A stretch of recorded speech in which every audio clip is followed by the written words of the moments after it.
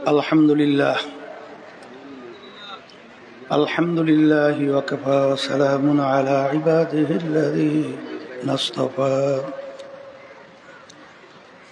أما بعد فأعوذ بالله من الشيطان الرجيم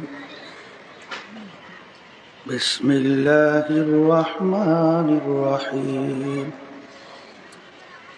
يا أيها الذين آمنوا صلوا عليه وسلموا تسليما اللهم صل على سيدنا ونبينا شفيعنا وحبيبنا ومولانا محمد صلى الله عليه وعلى آله وصحبه وبارك وسلم اللهم صل على سيدنا ونبينا شفيعنا وحبيبنا ومولانا محمد صلى الله عليه وعلى آله وصحبه وبارك وسلم اللهم صل على سيدنا ونبينا شفيعنا وحبيبنا ومولانا محمد صلى الله عليه وعلى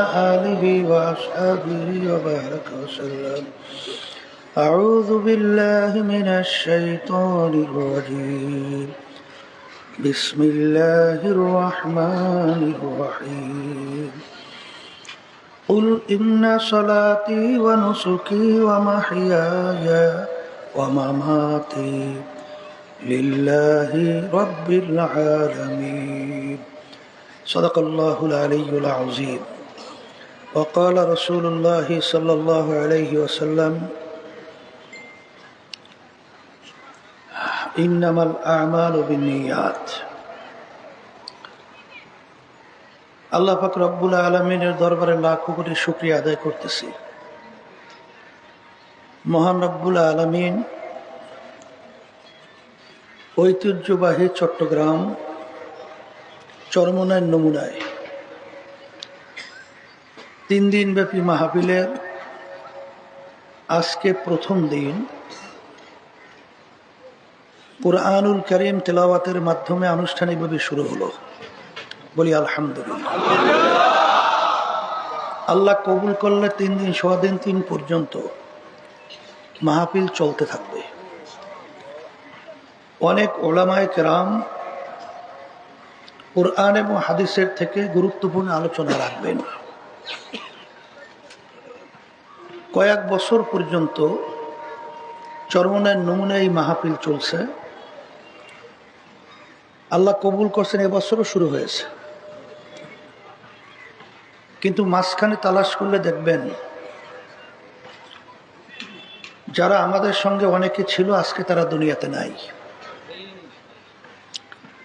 এমন একদিন আসবে আল্লাহ কবুল করলে মাহফিল চলতে থাকবে, আমরা থাকব না। কালকে এক মুরব্বী চাঁদপুর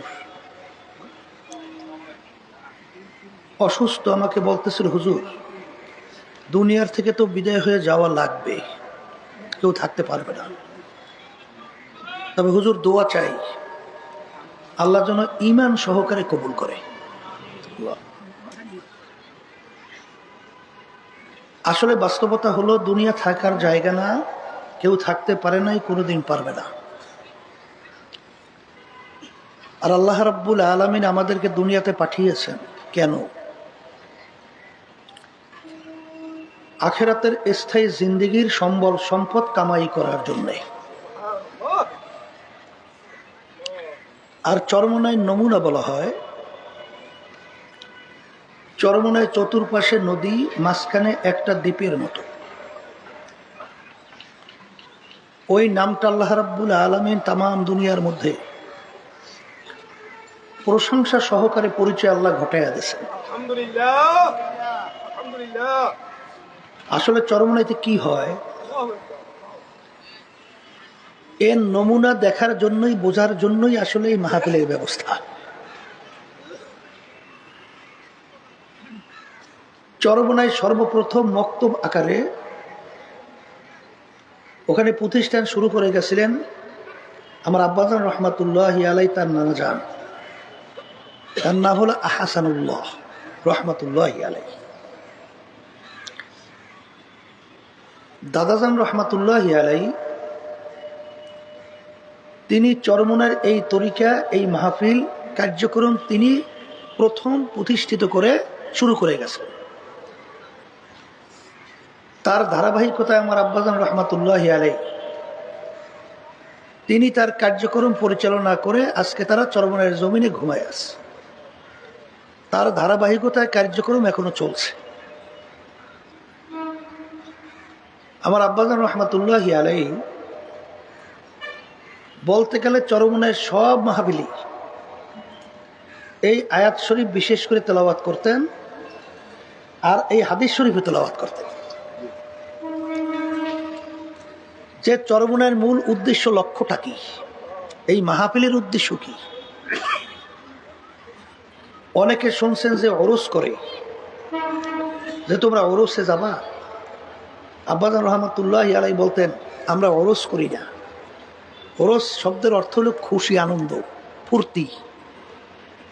কিন্তু চরমনাইয়ের মাহফিল এই ফুর্তি, আনন্দ, ফুর্তির উদ্দেশ্যে প্রতিষ্ঠিত করা হয় নাই। আব্বাজান বলতেন যে চরমনাইতে অনেকাংশে আল্লাহ রহমতে আপনাদের দোয়ায় আমরা কিন্তু বেশি বেশি কান্দাকাটি করি, আমরা মাহফিল করি। কেন এই মাহফিল প্রতিষ্ঠিত আল্লাহর বান্দারা করে গেছেন? দেখবেন চরমনাইতে অন্যান্য ওরস বা অনেক জায়গায় দেখা যায় সেখানে কিন্তু মাহফিলের পরে খাওয়া দাওয়ার ব্যবস্থা থাকে, কিন্তু চরমনাইতে খাওয়া দাওয়ার ব্যবস্থা আমাদের পক্ষ থেকে ওইভাবে করা সম্ভব না, করিও না। যার যার খরচ নিজেরা বহন করে, এই কষ্ট ক্লেশ করে তারা ওই ময়দানে 3 দিন 3.5 দিন পর্যন্ত থাকে। এর মূল উদ্দেশ্য হলো আল্লাহ রাব্বুল আলামিন কুরআনুল কারীমের ভিতরে বলছেন, হে রাসূল সাল্লাল্লাহু আলাইহি ওয়াসাল্লাম, আপনি বলে দেন আমার বান্দা বান্দীদেরকে, আপনার উম্মতদেরকে, যে আপনার উম্মতদের এই যে নামাজ পড়া, রোজা রাখা, হজ যাকাত আদায় করা, এরপরে অন্য যত কার্যক্রম দুনিয়াতে পরিচালনা করে, এই মাহফিল বলেন, এই চরমনায় নমুনায় এই মাহফিল যাই বলে, এর মূল উদ্দেশ্য হলো আল্লাহ রাব্বুল আলামিনকে রাজি খুশির জন্যই। মূল উদ্দেশ্য আল্লাহ রাব্বুল আলামিনকে রাজি খুশির জন্য। আর আব্বাজান রহমাতুল্লাহি আলাইহি যে হাদিস তেলাওয়াত করতেন, আপনারা জানেন বা শুনবেন যে বুখারী শরীফ হলো কোরআনুল কারীমের পরই দুনিয়ার ভিতরে সমস্ত মুহাদ্দিসিনে কেরাম, সমস্ত উলামায়ে কেরাম সবাই একমত যে দুনিয়ার ভিতরে সবচেয়ে বিশুদ্ধ কিতাবের নাম হলো কোরআনুল কারীম। এর পরেই হলো দুনিয়ার ভিতরে সহি কিতাব, তার নাম হলো বুখারী শরীফ। বুখারী রহমাতুল্লাহি আলাইহি তিনি প্রথম বাব বানছেন, বাবুল ওয়াহি, ওহির প্রকার ভেদ, ওহি সম্পর্কিত আলোচনা। কিন্তু তিনি বাবুল ওয়াহির ভিতরে হাদিস নিয়ে আসছেন, নিয়াতের হাদিস। বাবের সঙ্গে হাদিসের কোনো সম্পর্ক নাই, কিন্তু তিনি এই হাদিস নিয়ে আসলেন কেন? আর এই হাদিস এত শক্তিশালী সনদের দিক থেকে সমস্ত উলামায়ে কেরাম, মুহাদ্দিসিন কেরাম একমত, হাদিস হলো মুতাওয়াতির হাদিস। মুতাওয়াতির হাদিস বলা হয় এত বেশি সংখ্যক রাবী এই হাদিস বর্ণনা করছেন যাদের উপরে মিথ্যা বা অন্য কোনো চিন্তা আসার সম্ভাবনাই নাই। তাহলে এই মুতাওয়াতির হাদিস তিনি নিয়ে আসলেন বাব ছাড়া, অধ্যায় ছাড়া। কেন? আল্লাহ রাসূল সাল্লাল্লাহু আলাইহি ওয়াসাল্লাম হাদিসের ভিতরে বলেন, ইন্নামাল আমালু বিন্নিয়াত ওয়া ইন্নামা লিমরিইম মা নাওয়া ফামান কানাত হিজরাতুহু ইলাল্লাহি ওয়া রাসূলিহি ফাহিজরাতুহু ইলাল্লাহি ওয়া রাসূলিহি। যখন আল্লাহ রসুল সাল্লাল্লাহু আলাইহি ওয়াসাল্লাম মক্কা শরীফ থেকে মদিনা শরীফ সাহাবাই কেরামদেরকে নিয়ে হিজরত করতেছিলেন, তখন তিনি হাদিস বয়ান করছিলেন যে যারা এই মক্কা থেকে মদিনা হিজরত করতেছো, যাদের হিজরতটা হবে আল্লাহ এবং আল্লাহর রসুলকে পাওয়ার উদ্দেশ্যে, তোমরা আল্লাহ এবং আল্লাহর রসুলকেই পাইয়া যাবা। সুবহান। আর যদি তোমাদের হিজরতের উদ্দেশ্য দুনিয়া অথবা কোনো মেয়েকে বিবাহ করার উদ্দেশ্য হয়, তাইলে তোমরা হিজরতের পরে দুনিয়া অথবা কোনো মেয়েকেই পাবা, কিন্তু এই যে হিজরত করে আসলা এর বিনিময়ে আল্লাহ এবং আল্লাহ রসুলের কাছে কিছু পাবা না। এক কথায় যে যে নিয়তে হিজরত করবা সেইভাবেই সে ফল পাবা। এই জন্য হাদিসের মধ্যে আসছে, আল্লাহ রসুল সাল্লাল্লাহু আলাইহি ওয়াসাল্লাম বলছেন, ইন্নাল্লাহা লা ইয়ানজুরু ইলা সুওয়ারিকুম ওয়া আমালিকুম ওয়ালাকিন ইয়ানজুরু ইলা নিয়াতিকুম ওয়া কুলুবিকুম আও কামা ক্বালা আলাইহিস সালাতু ওয়াস সালাম। আল্লাহ রসুল সাল্লাল্লাহু আলাইহি ওয়াসাল্লাম বলেন যে তোমাদের সমস্ত কাজের আল্লাহ রাব্বুল আলামিন শুধু তোমাদের বাহ্যিক আমলের দিকেই তাকাইয়ে থাকে না, আল্লাহ রাব্বুল আলামিন বান্দাবান্দির দিলের দিকে তাকাইয়ে থাকে। যে বান্দাবান্দির দিলের অবস্থানটা কি, কোন নিয়াতে কোন উদ্দেশ্যে সেই কাজটা করতেছে, ওই তার দিলের অবস্থানের উপরই আল্লাহ রাব্বুল আলামিন সাজা দান করে। আজকে আপনারা বাড়িঘর সাইরা এই মাঠে ময়দানে আসছেন, আল্লাহু আকবার। আজকে কতদিন পর্যন্ত আমার ভাইরা দিন রাত্র কষ্ট করিয়া এই চরমনায় নমুনায় এই মাহফিল প্রস্তুত করছে। এর মূল উদ্দেশ্যটা কি? এর মূল উদ্দেশ্য হলো যে আল্লাহর পথ ভোলা বান্দা বান্দীদেরকে আল্লাহর পরিচয় ঘটাইয়া আল্লাহর সঙ্গে সম্পর্ক তৈরি করার দেওয়ার জন্য। সবাই বলেন আল্লাহুম্মা আমিন। এখন আজকে মাহফিল উদ্বোধন শুরু হলো। আপনারা যারা আসছেন, আপনাদের সর্বপ্রথম নিয়াতকে পরিবর্তন করতে হবে যে আমরা এখানে আসছি কেন।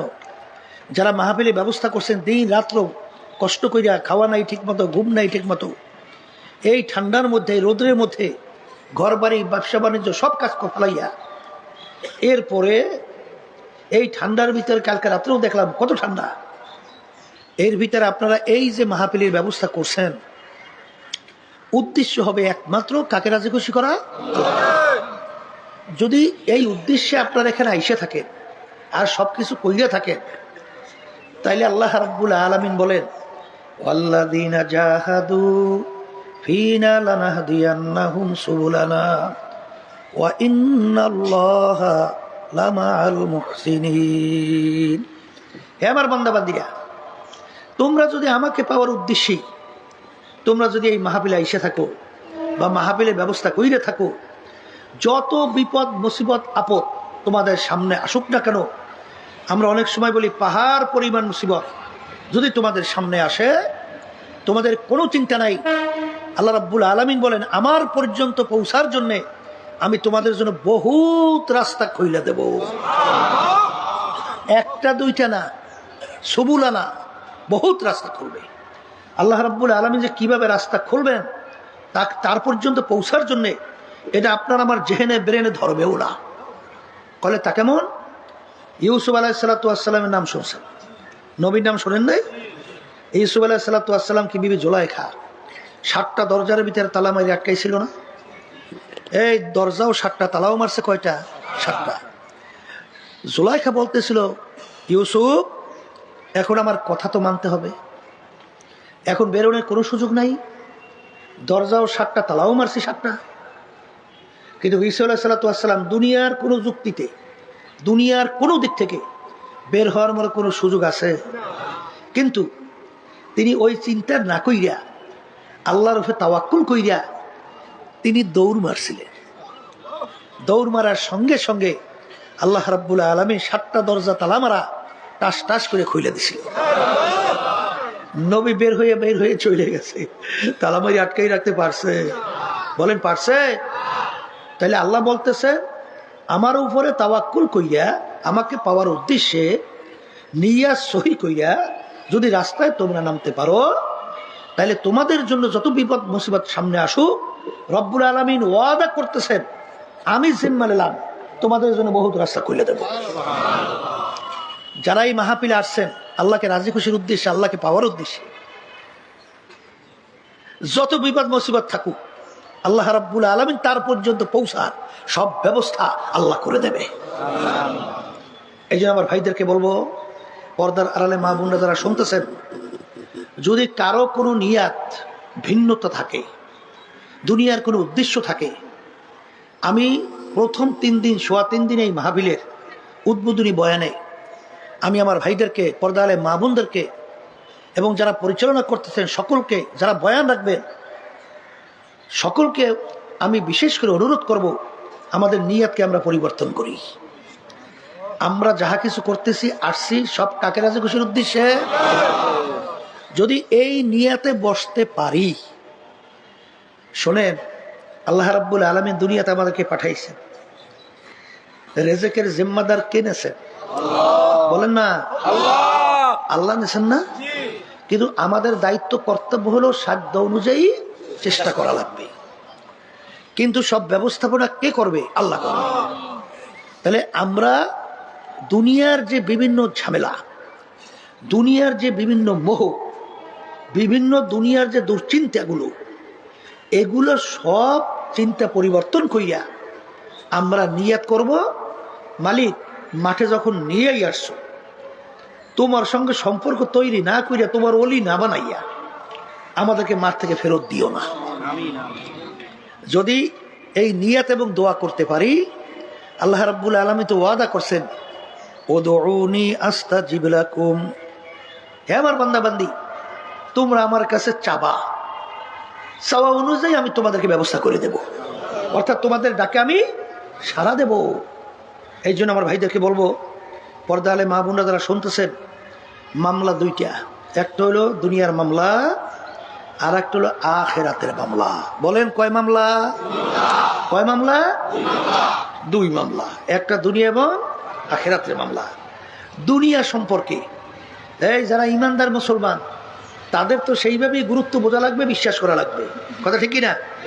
আল্লাহ রাসূল সাল্লাল্লাহু আলাইহি ওয়াসাল্লাম এই দুনিয়া সম্পর্কে বলছেন, আর দুনিয়া জিফাতুন ওয়া তালিবুহা কিলাব, হে আমার উম্মতেরা, দুনিয়াটা হলো একটা মরক বা মুর্দা, ওর পিছনে যারা পড়বে স্থায়ী জিন্দিগি, আখিরাতের জিন্দিগি ধ্বংস করবে।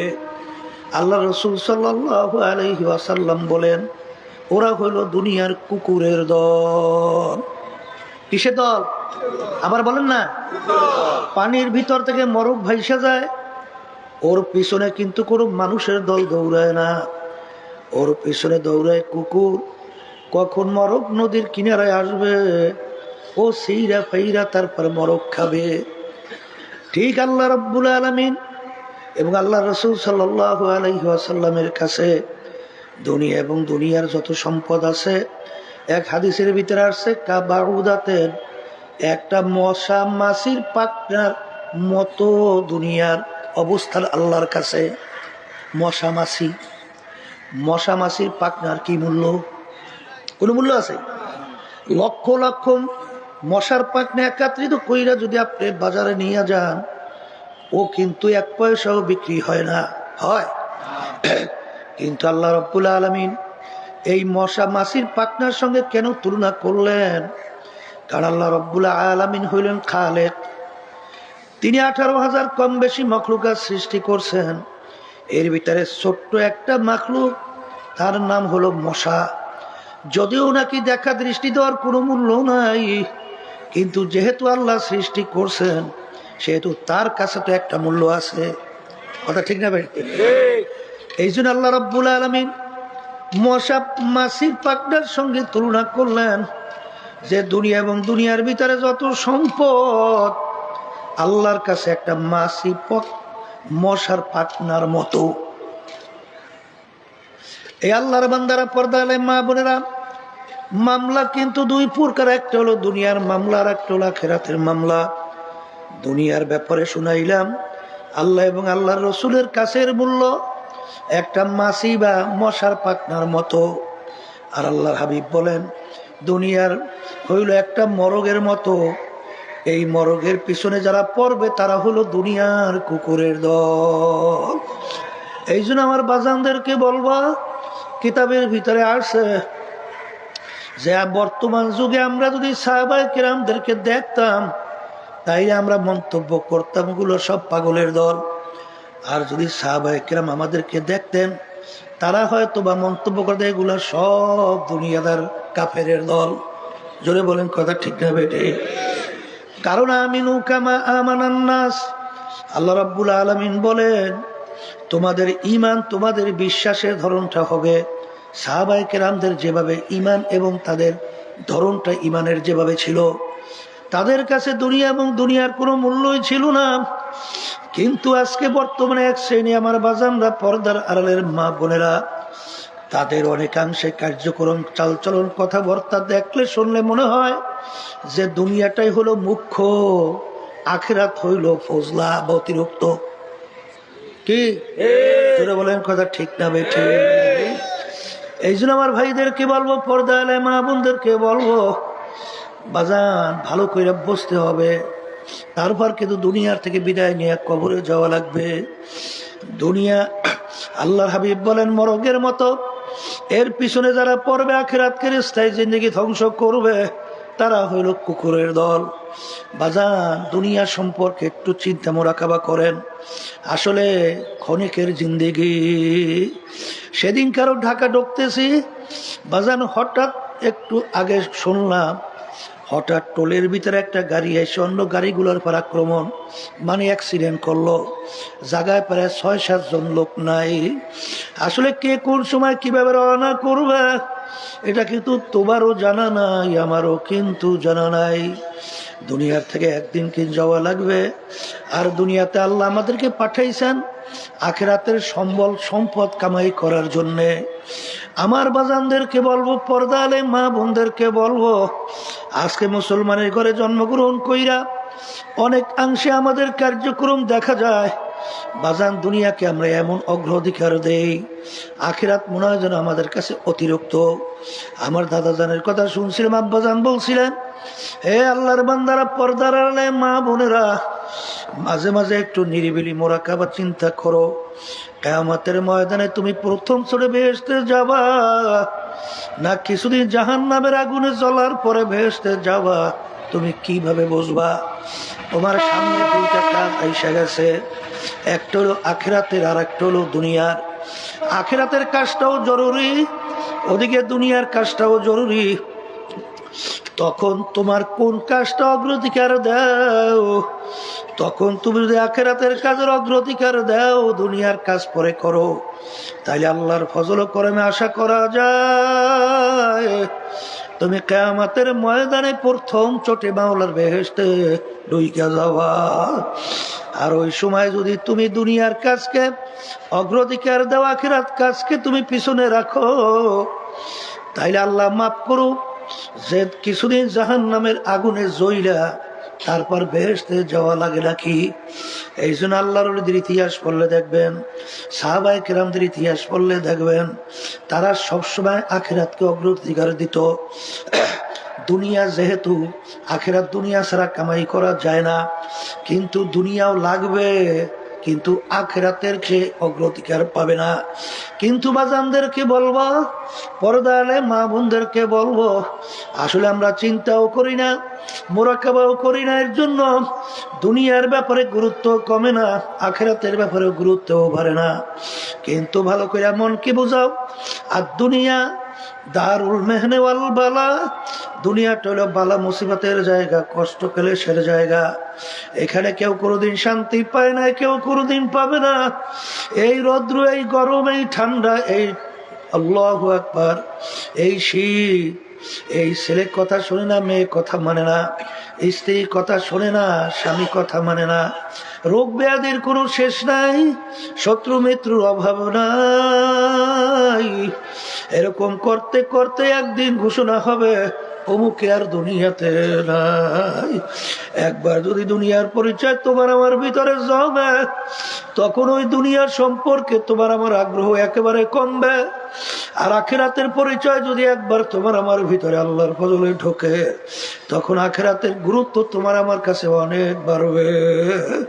এই জন্য আমার ভাইদেরকে বলবো, পর্দালে মা বোনদেরকে বলবো, বাজান, যেই দুনিয়ার পিছনে আমরা পড়লাম, আখিরাতের স্থায়ী জিন্দেগি ধ্বংস করলাম। এ দুনিয়ার পাগল আমার বাবারা, হে পর্দার আড়ালের মা বোনেরা, আসলে দুনিয়ার সম্পদ, দুনিয়ার সম্মান, আমার আব্বাজান রহমাতুল্লাহি আলাইহি একটা উদাহরণ দিয়া বলতেন, ডাকাইতের দলের সর্দার, ডাকাইতের দলের সর্দারের কত পাওয়ার। ও অনেক সময় দলীয় লোক অন্যায় করলে অনেক সময় গুলি করে মাইরে ফেলায়, অনেক সময় বিভিন্ন আঘাত করে, বিভিন্ন শাস্তি প্রয়োগ করে। ওর এই সর্দার মাতুব্বারি সম্মান কতক্ষণ? পুলিশের হাতে অ্যারেস্ট হওয়ার আগ পর্যন্ত। যখন পুলিশ হাতে অ্যারেস্ট হইয়া যায়, যখন পুলিশ ওকে বুট দিয়া লাইঠায় পাড়ায়, ওর হাড্ডি গুড়ি যখন ভাঙা ফেলায়, কোথায় যাবে ওর সারগিরি, কোথায় যাবে ওর সরদারগিরি, কোথায় যাবে ওর সম্মান? এ দুনিয়াদার পাগল আমার বাবারা, আজকে পরিচয় দাও, আমি মেম্বার, আমি চেয়ারম্যান, আমি এমপি, আমি মিনিস্টার, আমি 5টা গাড়ির মালিক, 5টা বাড়ির মালিক, আমি অমুক শিক্ষিত, আমি অত টাকার মালিক, আমি সওদাগর জমিদার, আমি অমুক বংশের লোক। এই পরিচয় কয়দিন? বাজান আজরাইলের হাতে অ্যারেস্ট হওয়ার আগ পর্যন্ত। যেদিন আজরাইতে অ্যারেস্ট হইয়া যাবে, এখন দুনিয়ার দিকে তাকাইয়া দেখো, আখারে এখন কেউ বলবে না অমুক জমিদার শুয়ে রয়েছে, ঘুমাইয়া আছে, বলবে জমিদারের লাশ পইরা রয়েছে, হারে পীর সাহেব হুজুরের লাশ পইরা রয়েছে, চেয়ারম্যান সাহেবের লাশ পইরা আছে, আল্লাহ অমুক এমপি সাহেবের লাশ পইরা আছে, সওদাগরের লাশ পইরা আছে। কেউ বলবে না অমুকে ঘুমাইয়া আছে। এরপরে ঘরের থেকে ডাক দেয়, তাড়াতাড়ি করো, বেশিক্ষণ থাকলে পয়সা ফুইলা গন্ধ হইয়া যাবে। কেউ দৌড়ায় বাজারে কাপড় কেনার জন্যে, কেউ দৌড়ায় খন্তা কুড়া নিয়ে কবর খোদার জন্যে, কেউ দৌড়ায় বড়ই পাতে দিয়া গরম পানি করার জন্য। আরে কেউ ঘোষণা করে অমুকে আর দুনিয়াতে নাই। লোক জমা হইয়া গেল, ইমাম সাহেব জানাজা নামাজ পড়াইয়া তোমাকে খাটের ভিতরে উঠাইয়া ওই অন্ধকার মাটির গর্তের ভিতরে রাইখে আসলো। যার যার কাজে সে জড়াইয়া গেল। তোমার আমার খবর তার কেউ রাখবে না। আমার মালিক তো বলছেন, মুসলমান না হইয়া কেউ মরিস না। যদি কেউ মুসলমান না হইয়া কবরে যাও, ঘরেও তো কেউ জায়গা দেয় নাই। আরে তোমার কষ্টের কামাই করা টাকার বাড়ি তোমাকে জায়গা দেয় নাই, তোমাকে নিয়ে মাটির গর্তের ভিতরে ফেলাইয়া রাখছে। ওদিকে আমার মালিকও তো বলছে, খবরদার মুসলমান না হইয়া মরিস না। যদি কবরে মুসলমান না হইয়া যাও, আমার মালিক বলবো, ওরে খবিস, তোকে তো আগেই আমি ঘোষণা করছিলাম মুসলমান না হইয়া কবরে আসিস না। যখন তুই আইসাই বর্ষ, আমার কবরেও জায়গা নাই। কবরে মাটি নাফরমানকে দুই পাশ থেকে এমন ভাবে চাপ মারো, এক পাজরে হাড্ডি অন্য পাজরে মিশাইয়া দাও। আল্লাহ হাবিব সাল্লাল্লাহু আলাইহি ওয়াসাল্লাম আরে যখন দেখাইলেন, দুই হাতের আঙ্গুলের কোন ফাঁকা কইরা এক হাতের আঙ্গুলের ভিতরে এক আঙ্গুল ঢুকাইয়া দিয়া আল্লাহর হাবিব বলেন, এক পাজরে হাড্ডি রেখো, অন্য পাজরে ঢুইকা যাবে। আল্লাহ আপনি আমাকে, আমাদের সবাইকে মাফ কইরা দেন। হে দুনিয়াদার পাগল আমার বাবারা, হে বড়লোক আমার বাবারা, এই দুনিয়া কিন্তু শান্তির জায়গা না। কেউ কোনোদিন পায় নাই, কেউ কোনোদিন পাবে না। এই চরমনাই নমুনার মাহফিল বাজান এখানে প্রতিষ্ঠিত করা হইল। খবরদার, যতক্ষণ থাকবেন বাজার সবসময় জেকের ফেকেরে থাইকে প্রতিটা মুহূর্ত খেয়াল রাখেন কিভাবে আমল নামায় নেকি বাড়তে থাকে। আমার মালিকের কাছে দোয়া করতে থাকে, মালিক তোমার মোহাব্বত, তোমার প্রিয়জনের মোহাব্বত আমাদের কলবের ভিতরে বসাইয়া দাও, আখিরাতের মোহাব্বত বাড়াইয়া দাও।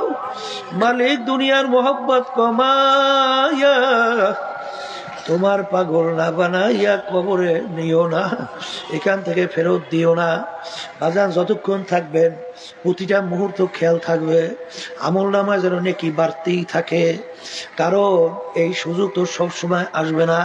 এখানে অনেক আল্লাহর খাস বান্দারা আছে যাদের সঙ্গে স্পর্শে থাকলে বাজান আগুনের কাছে গেলে আগুনের যেরকম তাপ লাগে, আহারে আরে ঠান্ডার কাছে গেলে যেরকম নাকি ঠান্ডার ক্রিয়া ভিতরে ঢোকে, এখানে অনেক আল্লাহওয়ালারা আছে যাদের সঙ্গে যদি তুমি সংস্পর্শে থাকো আল্লাহর ফজল করবে, তাদের একটা ক্রিয়াও তোমার ভিতরে আল্লাহর ফজলে ঢুকবে। কারণ তাদের চোখের নজর যদি একবার আল্লাহর ফজলে লাগিয়ে যায়, আল্লাহর ফজল করবে, তোমার আমার জীবনের পুরো পরিবর্তন হইতে যাইতে পারে। এই জন্য আমার মালিক তো তাকাই আছে তোমার আমার দিলের দিকে। দিলের ভিতর থেকে দুনিয়ার মোহ বাদ দাও, দুনিয়ার মোহাব্বত ছাড়ো, আখিরাতের মোহাব্বত বসাও। একমাত্র উদ্দেশ্য এখানে আসলাম আল্লাহ এবং আল্লাহর রসুলকে পাওয়ার উদ্দেশ্যে, এইটা দিলের ভিতরে বসাও। যদি এইভাবে বসতে পারো দুনিয়ার যা কিছু প্রয়োজন আমার মালিক